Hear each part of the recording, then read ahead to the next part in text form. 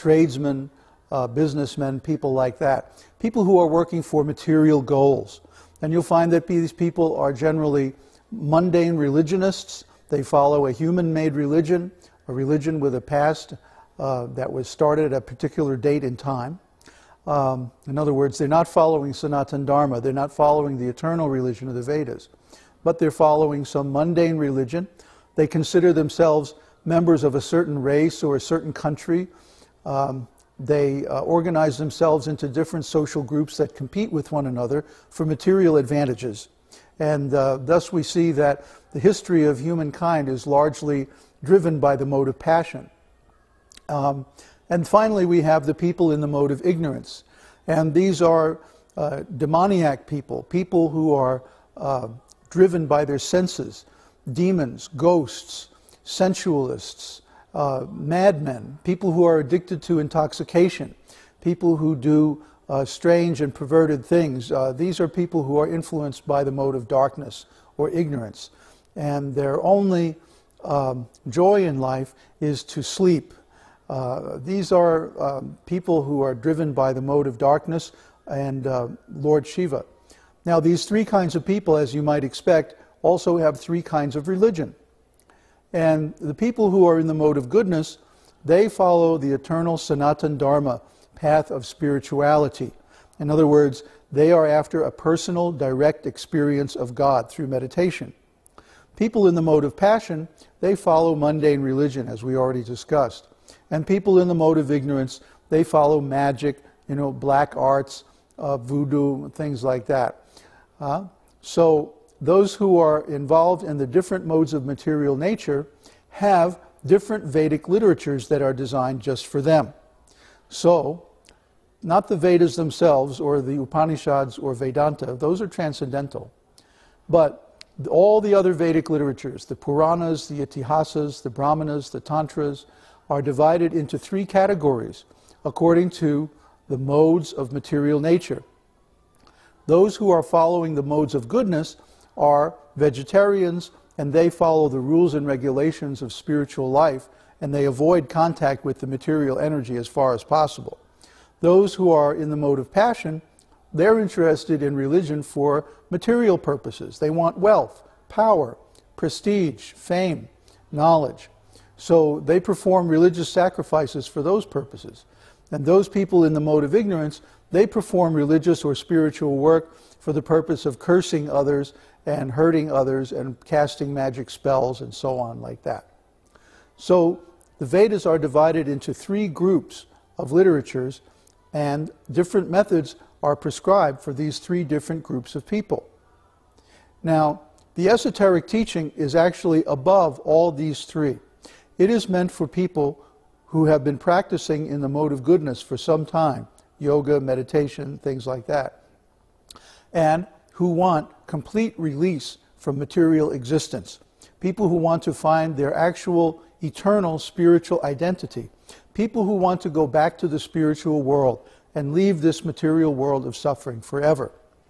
That is the nature of the esoteric teaching, and that is the type of person that this teaching is aimed at. So again, the point here is that we must become familiar with the Vedic literature if we are going to understand yoga, meditation, tantra, and allied subjects. The Vedas, or Vedic literature in general, are both the source and the context for all these teachings and practices. And here's a very, very important point.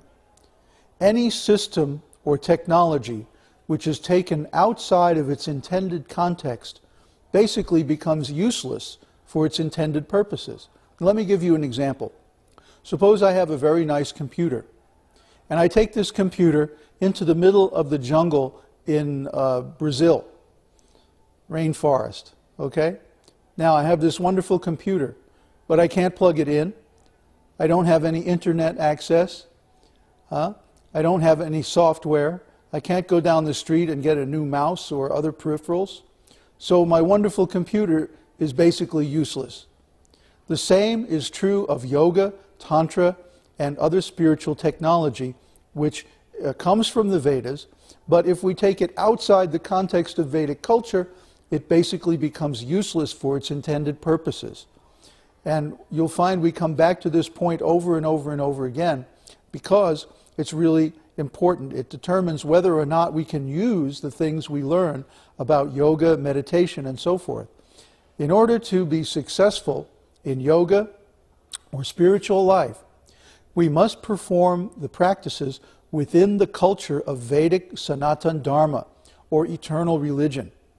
That is, we must be living in a place which is a little removed from the general society, and we must be in contact with the disciplic lineage of the Vedas, which is approved by the original author of the Vedas, and which follows his conclusions and his understanding. The esoteric teaching is the lineage going back to the original author of the Vedas, Srila Vyasadeva. It is one of the 4 disciplic lineages that he started. The other 3 are still going on in India, but they are basically inaccessible to Westerners. So if we are going to become real students of yoga and get the result of yoga that's intended in the original literatures, then we have to study from a teacher in the original disciplic line from the author of the Vedas. That makes sense, doesn't it? It sure does to me.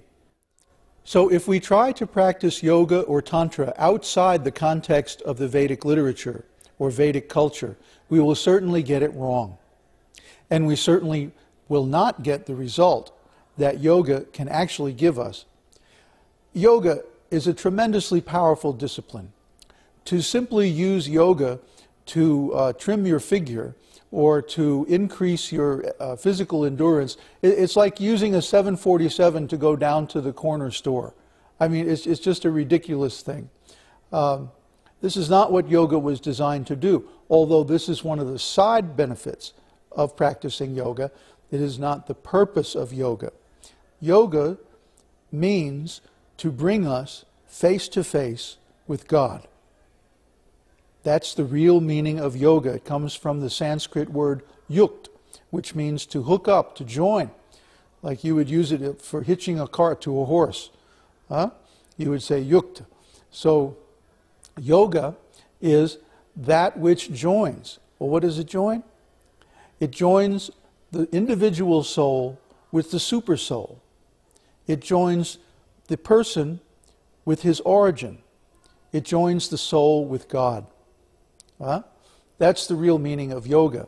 And that is how we will use the word from now on in these seminars, because that's the Vedic definition of the term. Okay, yoga is a far grander and more powerful thing than the people down at the corner yoga center are going to teach you, because they will not give you access to the original source codes of yoga in the Vedas. However, the esoteric teaching is the summary of those codes. In our advanced classes, we do give you access and the means to interpret those codes for daily living today. So stay with us, and as we go deeper into the esoteric teaching, you will learn all these things, not only in theory, but in practice.